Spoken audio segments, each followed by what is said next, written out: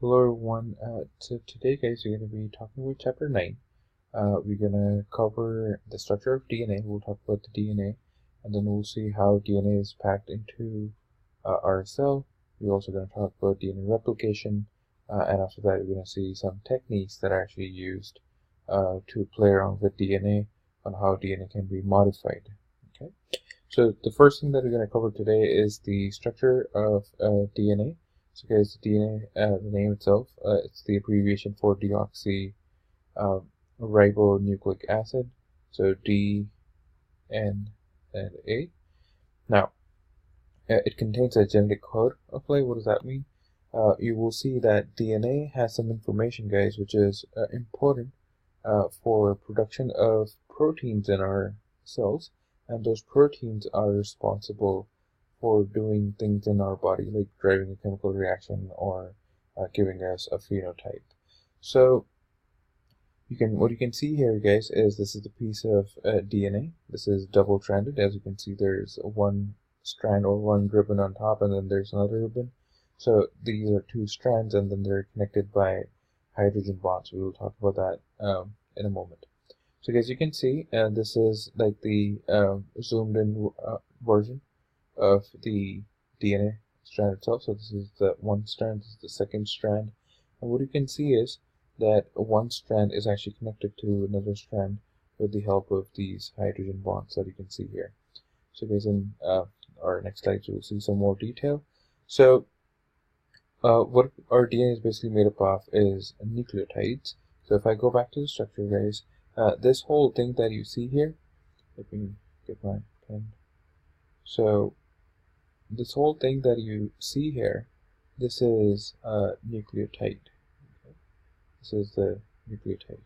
We'll see what nucleotide is actually made up of. So if we go to the next slide, you're going to notice that your nucleotide is composed of the sugar. So this is the deoxyribose part of DNA. Then it has a phosphate group. So you can see this is the sugar part, deoxyribose part. It is connected to the phosphate, so this is the sugar phosphate. And in addition to the sugar phosphate, we have a base. So you take sugar phosphate and you attach a base to it, and that's what creates a nucleotide. So this whole thing is your nucleotide. Now, if you go back to our previous slides, you guys are going to see that these tons of nucleotides together will come and combine with the strand on the other side. And this is what actually makes your double-stranded DNA. So we have these different bases. So if you see here, we have 4 types of bases: A, C, G, and T. We have A stands for adenine, C for cytosine, G for guanine, and T for thymine. And then there's actually one more, uracil, and the abbreviation is U. But that is not present in DNA, that's present in RNA. So for DNA, we have these 4 different bases, and this is what you're going to see if you go back to our structure of DNA. This is what you see here. You got C, you got T, you got C, you got G, and then you can see on the other side you got C, you got G, you got A. So these are the bases. So this whole thing is the nucleotide. This T itself is the base. This is the sugar, and this is the phosphate. This is what makes your DNA structure. So if we go further, you guys can see DNA looks like a ladder structure. And then when you see this A, let me try to zoom in a little bit. So if you can see that this C is base pairing with G. So this base pairs up with the other one. This is called GC, and this is AT. Again, there's TA. You can see GC. So every time C will combine with G, or G will combine with C, and on the other hand, A will combine with T, or T will combine with A. So this is what is called base pairing, and this happens because of the hydrogen bonds. So guys, hydrogen bonds are weak bonds that exist between our bases. This is what actually holds the 2 strands of DNA together. So this strand is held together with this strand with the help of these hydrogen bonds, which are formed between the bases. Okay. Now, when you see that G combines with C, and if we see that here, the rules for base pairing, we can always see that A combines with T. On the other hand, C combines with G. It will never happen that A is going to base pair with G or C is going to base pair with T. That's never going to happen. It's always AT and then GC. Okay, you got to memorize that. You're going to see that on the test as well. Okay, and this is called complementary base pairing. That A goes with T and then G goes with C. This is called complementary base pairing. So what does that mean, guys? If I give you one strand of DNA, which has A, and then has G, and has a C, and then has a T, let's say, then you can actually tell what the other strand's sequence is going to be. So you know what these 4 bases are going to be. So you know, since this is A, and we know A pairs with T, so this must be T here. If this is G, then this must be C here. If this is C, then it must be G here. And if this is T, this must be A. So actually from one strand, you can tell what is the sequence of the second strand going to be. So the strand that you were given, where you knew what was the sequence, this is called the template strand. Because you're using it as a template to draw or tell the sequence of the new strand, the second strand. Okay. Alright.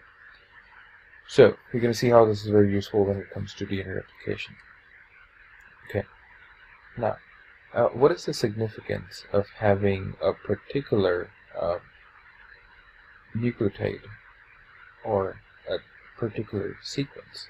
So you can see that this is T, this is A, this is C, this is T. So this is, let's say this is a human gene or human DNA that we are showing here. From species to species, you're going to see, or from one person to another person, you're going to see that the sequence is going to differ. This is TAC, you can see the other one is TAC, but then there's TGC. Let's see, there should be some difference. You can see that here. So here's a C in human A in the individual 1. The second individual, there's a T here. So no 2 persons can have exact same genome. Genome means their whole DNA that is in their cell. The sequence for 2 individuals cannot be same. There's got to be some difference somewhere. And if you go farther and farther from one species to another species, so let's say you go from human, in human you just saw, from one person to another person, you just saw a difference of 1 sequence, or 1 base. But if you go from human to chicken, another species, you can see there's 3 different spots where the sequence is different. Okay, so sequence of the DNA matters, and it is different from one person to another, one species to another species. Okay. All right. So the sequence of the DNA, the sequence of having T A C T G C A C T C A, different from another sequence of DNA. This is what is called genotype.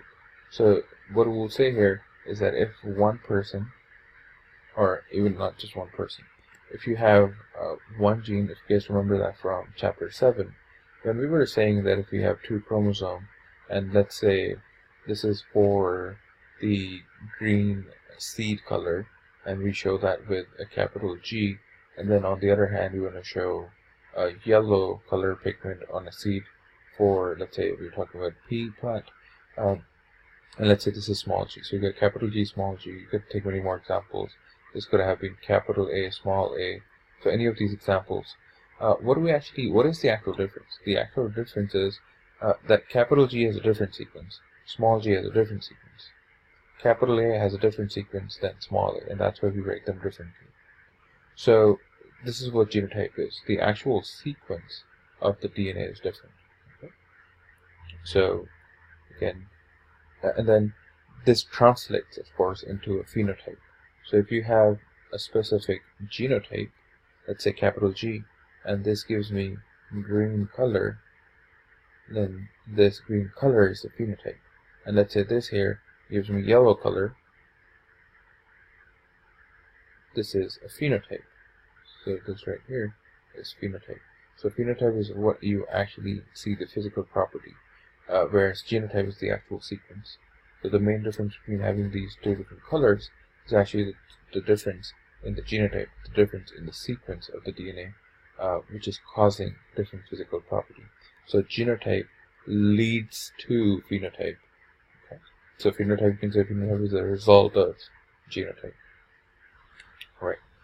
Now, what makes one a little different from the other? That's exactly what we just talked about. So if we see more in detail, we are given this example here.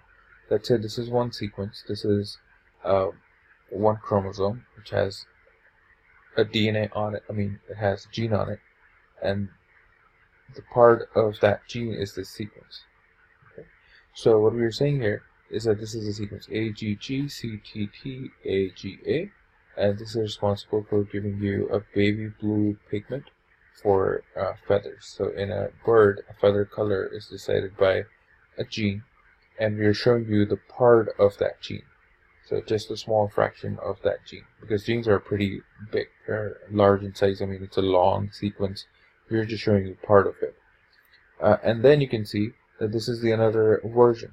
Okay, the another version actually has turquoise blue pigment in the feathers, and you can see that there must be some difference in these two genes, and you can see that here, that one has a sequence of TTAGA, and the other one has TAAGA.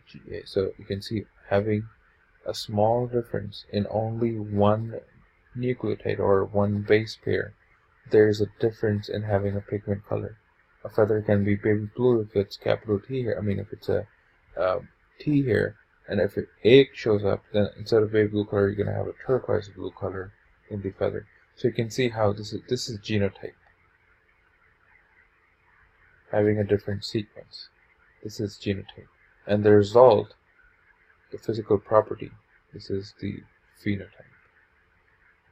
So you can see how genotype affects the phenotype, and just a small difference in the sequence can lead to a different phenotype. Okay.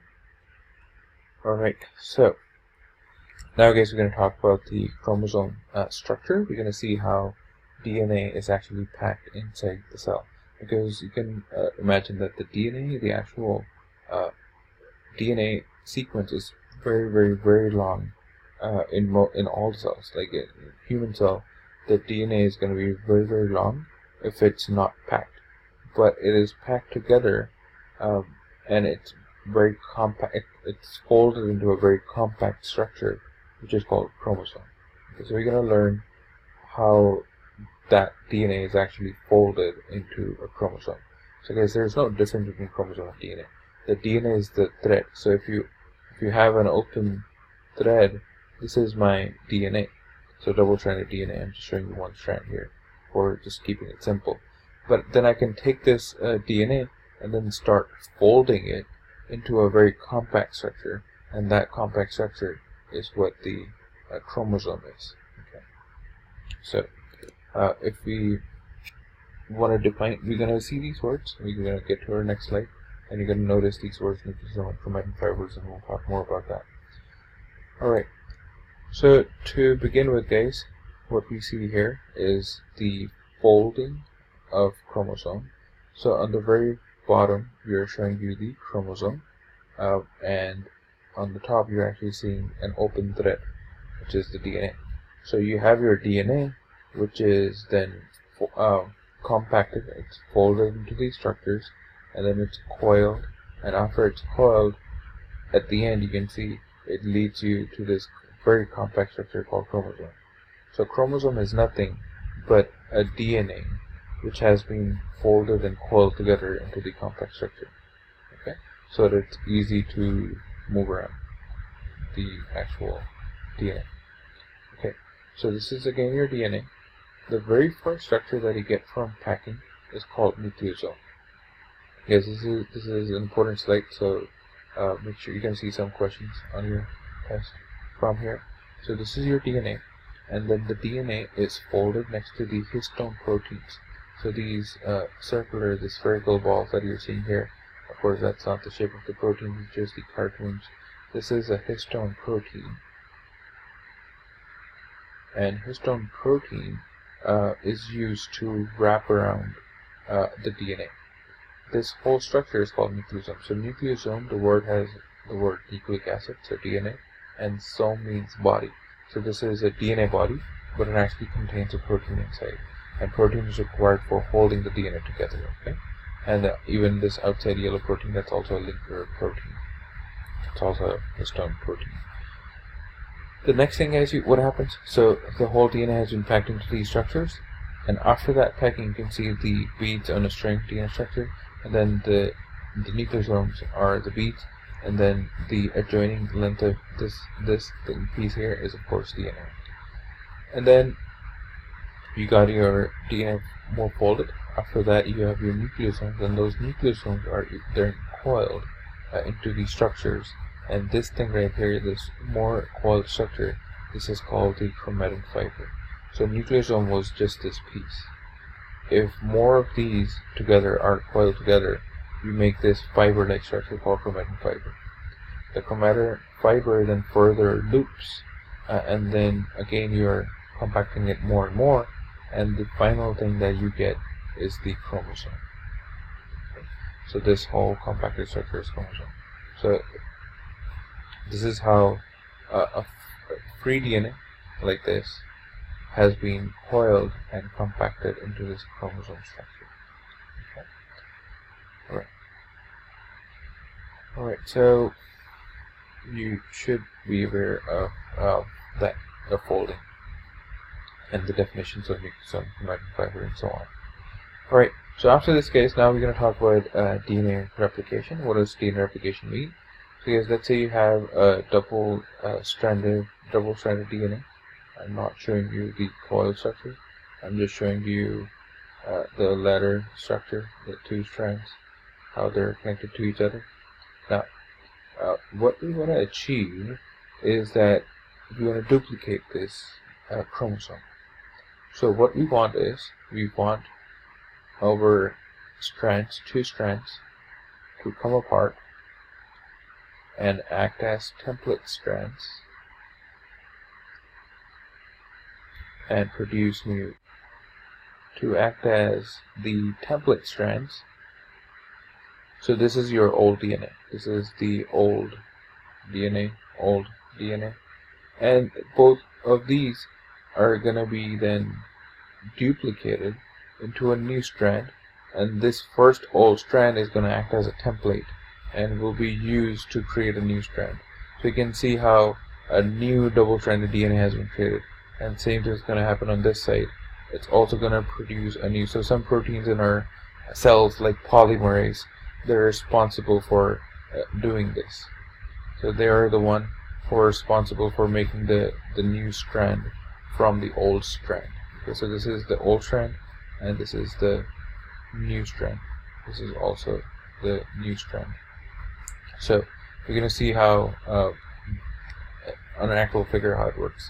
Again, this is about the sequence, what happens when. So you can see that you have let me just give a second. Okay. Yeah. So what we see here. Okay. So yeah, we were talking about the different proteins that are present, which are responsible for doing the DNA replication. So the first thing that has to happen is the proteins need to bind to the origin of replication. It's also called ORI sometimes, more commonly. This is the spot where the first proteins will come in. They will open your strand of DNA. So let's say if this is your double-stranded DNA, and if this is the region of origin of replication, then the proteins will first come and sit here. Okay. When they'll come and sit here, what they'll start doing is they'll start opening up the DNA. They will open up the DNA so that one can work on that DNA. And who can come in and work on the DNA? The DNA polymerase will come in. The polymerase will come in and then start making new copies of the DNA. One polymerase will start from this side, the other polymerase will start from this side, and will make new copies of the DNA. Okay, and then there's actually a new strand which is set up by a different enzyme. You don't need to know that, but this piece of DNA is called the primer. So on the new strand, where you need to start the replication to make more DNA, you need this starting point. You need one single strand here, and that single strand is called primer. Okay. Now, another important thing to notice here, guys, that DNA replication is considered semi-conservative. Now, what is that supposed to mean? So, this is your DNA. This is where it has been opened up, and this is the new strand that I was talking about is being made.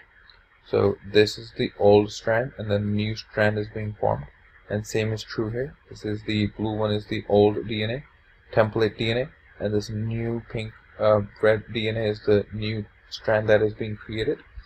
Now, how is this actually happening? So let's see that in more detail here. Let's say the sequence is CAGT, and on the other hand it's GTCA. We know they got to be complementary, right? C, G, A, and T, G, and then C, T, and then A. Now what happens? These two open up, like this is what they're showing you here. That when they open up, you can see that the two strands acting as template strand now. The new nucleotides are brought in, and then they're attached to the right spot. Like next to the C, G will come in, next to A, T will come in, next to G, C will come in, next to T, A will come in, and the same thing is going to happen on the other side.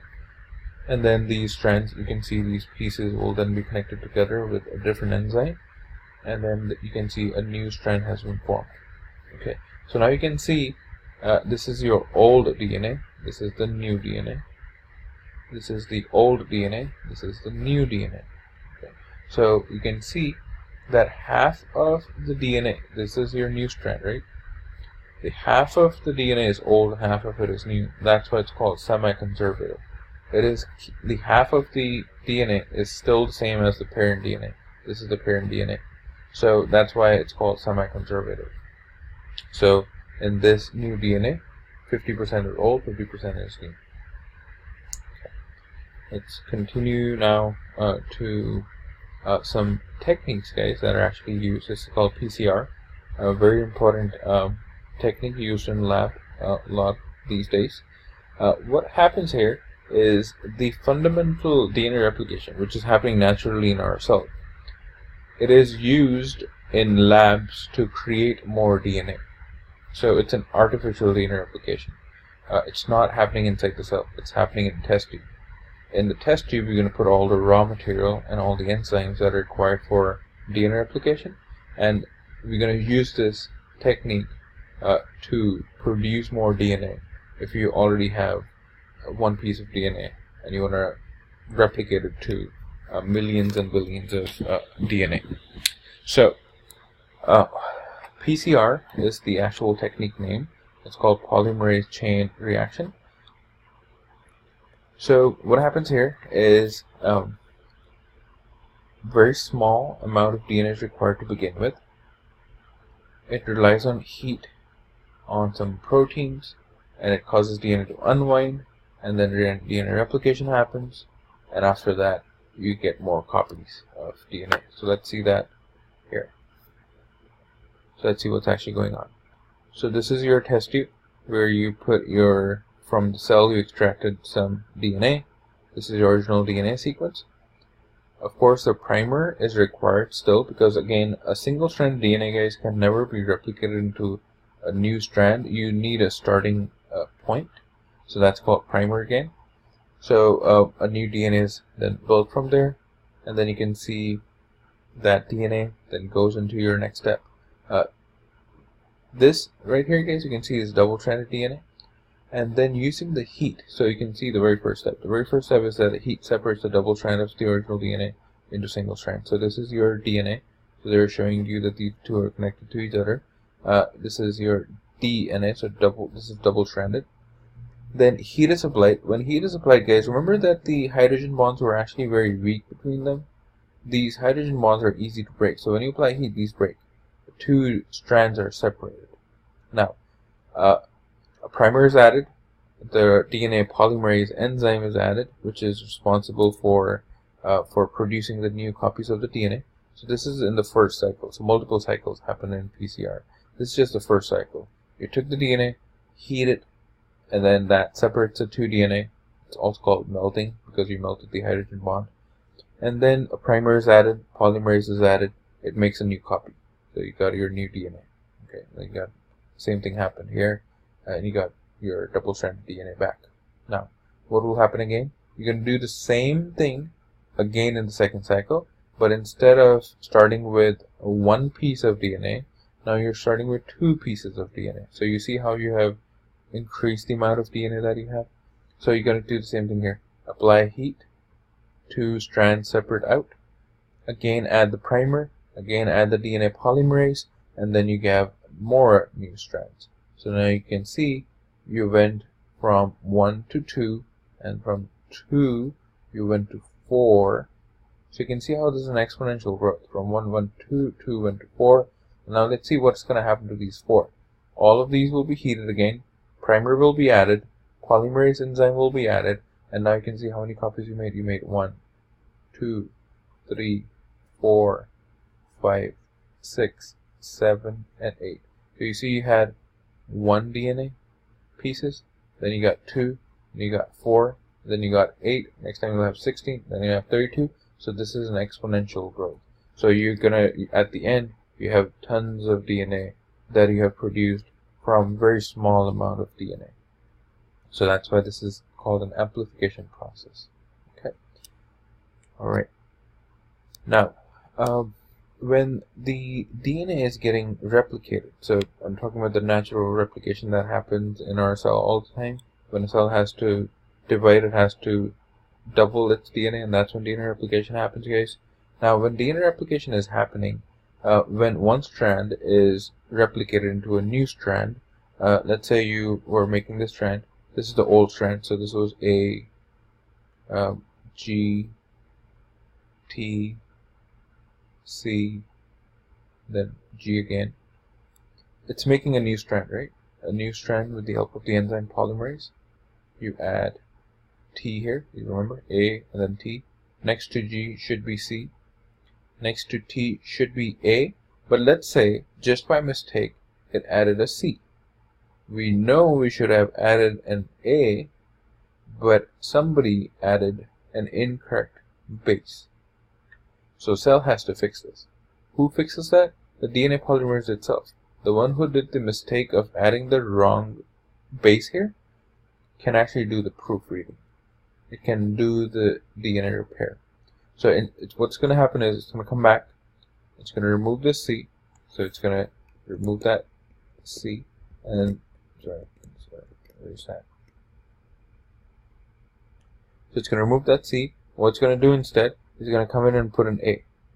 And then it's going to continue. Next to C, it's going to put a G. Next to G, it's going to put a C. I'm sorry.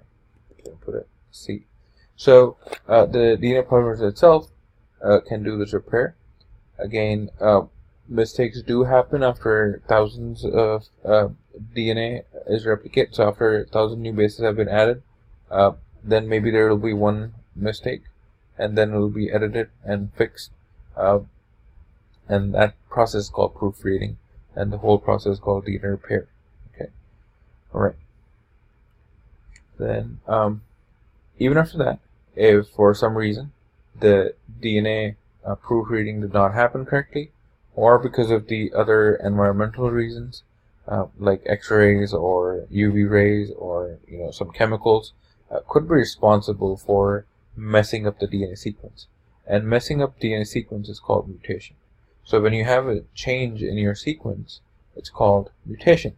Now, mutation could be a desirable thing or a non-desirable thing. I mean, if the mutation is leading us to a character which is favorable, that's a good mutation. But if it's leading to cancer, it's not a good mutation then. So your mutation, guys, can be different types, like point mutation. Point mutation is what? When only a single base is messed up. Okay. Now what we're going to see is different types of point mutations. We have 3 different types of point mutations. We got substitution, where one nucleotide is exchanged for another. Let's say the sequence was A, G, T, C, but instead, by mistake, we have A, and instead of G we got C, and then we got T, and then we got C again. So you see only this one is messed up. And it's not that it has been removed and instead of 4 bases now we have 3 bases. No, that didn't happen. For 4, we still have 4, but instead of G, we got C. So G got substituted by a C. Or this could have been an A or a T. So that's called substitution. What is insertion? Insertion is, let's say we got the same piece of DNA, A, G, T, and C.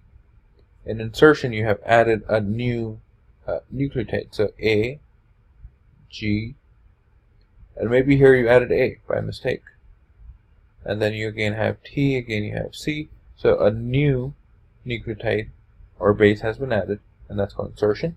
The very opposite is going to be deletion, where you have A, G, T, C, and then by mistake something happened in the DNA, and let's say after A, G was taken off, and then you have T and C. So you can see how G disappeared.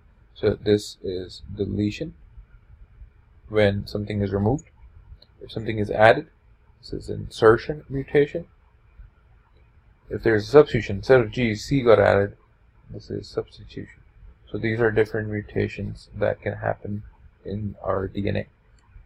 Now, this is an example where you have a normal hemoglobin DNA. So you get a normal hemoglobin, and you can see a normal red blood cell. Now, your sickle cell hemoglobin, which is a mutated hemoglobin, where see what has happened. GAC, GAC, instead of T, and normally you have T, but in sickle cell you got A. So you see how, first of all, tell me what type of mutation this is. You can see T got substituted by an A, so this is a substitution point mutation. It's not insertion or deletion. This leads to a sickle cell, so you can see a sickle shape of the hemoglobin, and that gives you this weird looking red blood cell. Okay, now if you look at these questions quickly, it says what are 3 types of mutations? You guys know what are 2 types. Also try to tell which one is this. We just answered that. It's a substitution point mutation. Then it says sickle cell disease is an autosomal recessive genetic disorder. If you guys remember disorder chapter, this is just asking you if sickle cell disease is autosomal.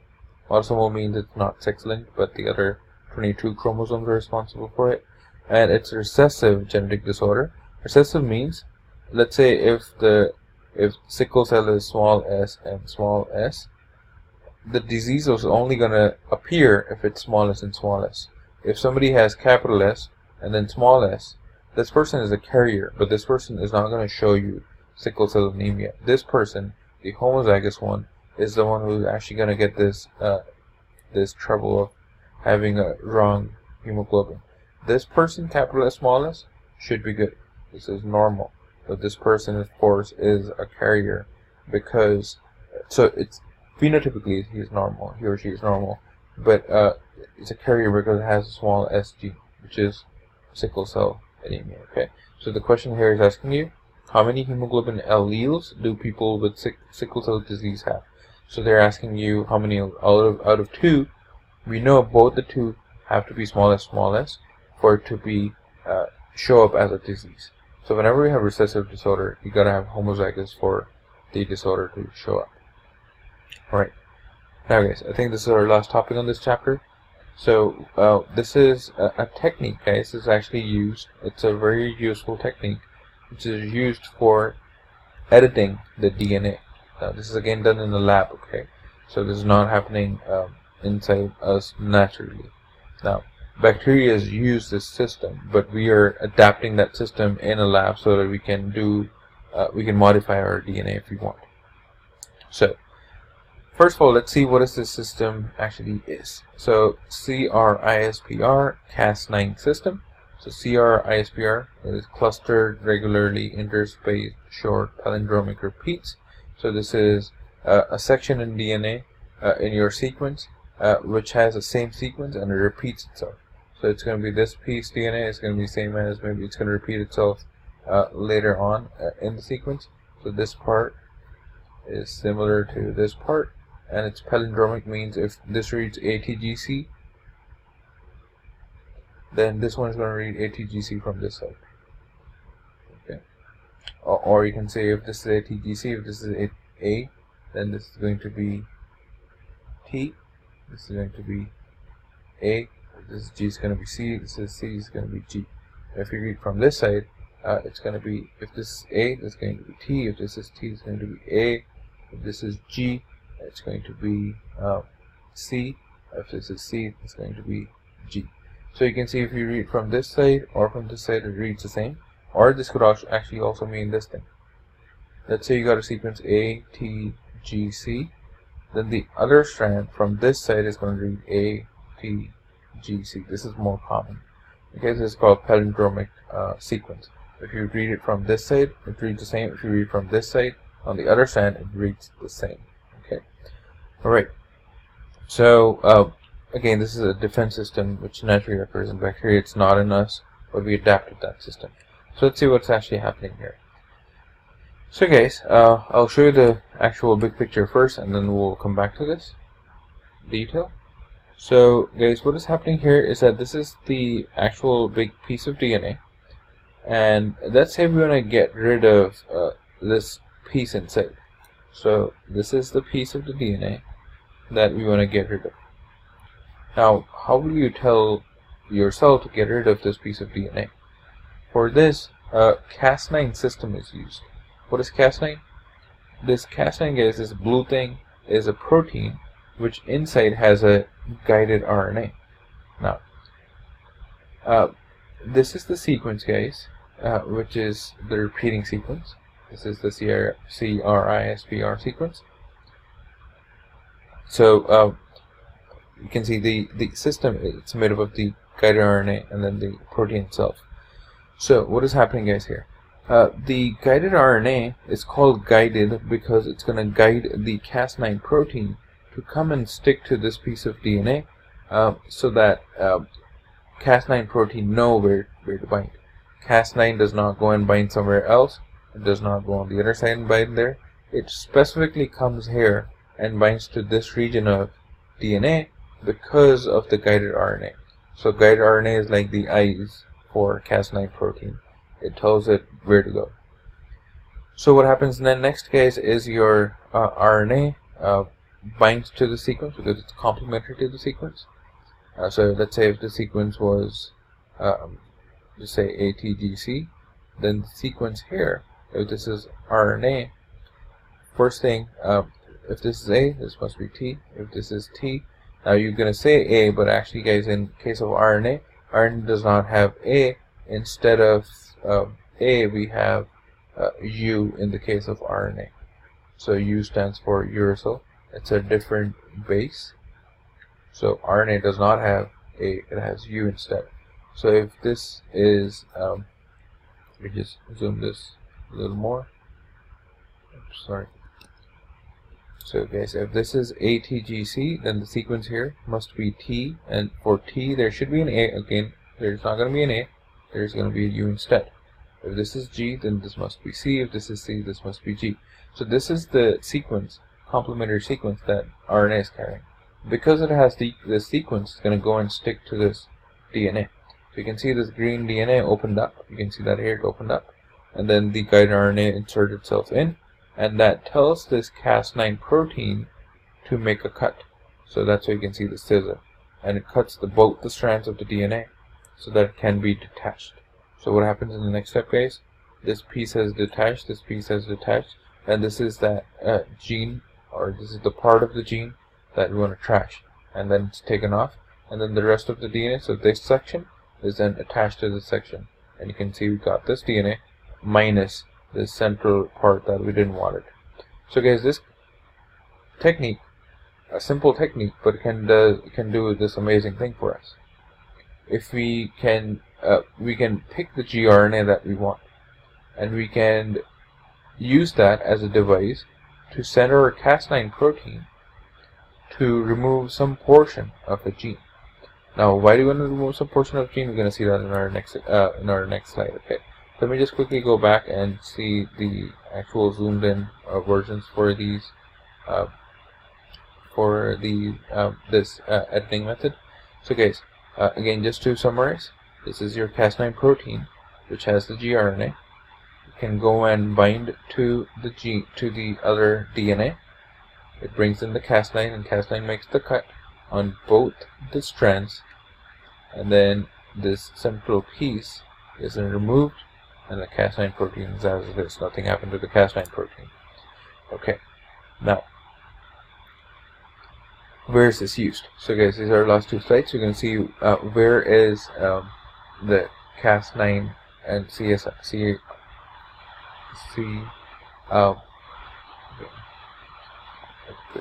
what it's called. It's called the CRISPR system. So where is this used? So what you're seeing here, guys, is this technique is being used to produce kidney organ, or could be any organ, in pig, so that a pig produces an organ for humans, and then if required, a kidney can be transplanted in a human using that pig's kidney. Okay, now if you just do this without this, imagine you just take pig's kidney and you try to put it into human, it's not going to work because our immune system is going to reject it. It's going to treat it as a foreign thing, and it's not going to take that pig's organ or kidney, right? Now, for that, what we need to do is we need to somehow fool our body. How do we fool our body? What we need to do is we want to make a kidney in a pig which actually has the genes, not for the pig but for the human. So basically, a pig is going to produce a kidney which is going to be a human kidney. Okay. Now, it has been found that the size of the kidney that's produced in pig is actually very similar to the size of the kidney which is in humans, so that's a good thing. So you don't have to worry about the size of the and the functioning of the kidney, but it's only the rejection part of our immune system. So there's one gene in pig. If we can get rid of that gene, then our body, if we take the pig's kidney if required, then our body is not going to reject that pig's kidney. Okay, how to do that? Now, remember I said that we want to remove one part of pig's gene. If you want to remove some part, remember we can use this system. That's exactly what happens here. So guys, gRNA is created, which is going to go and cut the part of the gene in pig so that it does not produce its own kidney, but it's going to produce the kidney which is going to be a human's kidney. Okay, so let's see how that actually happens. So the gRNA finds the target DNA sequence through complementary base pairing. We just learned that, and then the Cas9 comes in and cuts the DNA. So the deletion of the kidney development gene results in a pig embryo that is not able to grow kidney. So this is showing you a pig embryo without the kidney development gene. So at this point, what we want to do is we're going to take a stem cell from a human and we want to insert that into the pig embryo. Now, the stem cells are inserted into the pig embryo, and then let's see what happens next. Now, the pig embryo, guys, remember, the pig is not making its own kidney because the kidney development gene has been taken off. How was it taken off? By using the Cas9 system. So you can see how useful this is. So that gene has been removed from the pig, and it's not going to be making a kidney for itself. We put in a stem cell, and that stem cell has information for making a kidney. Okay. Now, the pig embryo containing the human stem cells is inserted into the uterus of the surrogate pig. So this is the pig who's going to be carrying that embryo inside. And when the embryo is going to grow, or when the fetus is going to grow, then you're going to see that the kidney developed from the patient's stem cell. The kidney produced will actually be a kidney which is going to be a human kidney, basically. So a pig with a human kidney is born. So this is the surrogate mother who has the embryo, which has the stem cell responsible for human kidney. Okay. So now when this embryo develops into a fetus, into a baby pig, that baby pig is actually going to have a kidney, and this kidney is actually a human's kidney, not a pig's kidney. So if required, this kidney can be used for transplanting into the patient. Okay, so you can see how useful this technique is. So guys, hopefully this made sense to you. If you have any questions, guys, send me your questions through email. Okay, I'm going to be posting this video on YouTube. Thank you.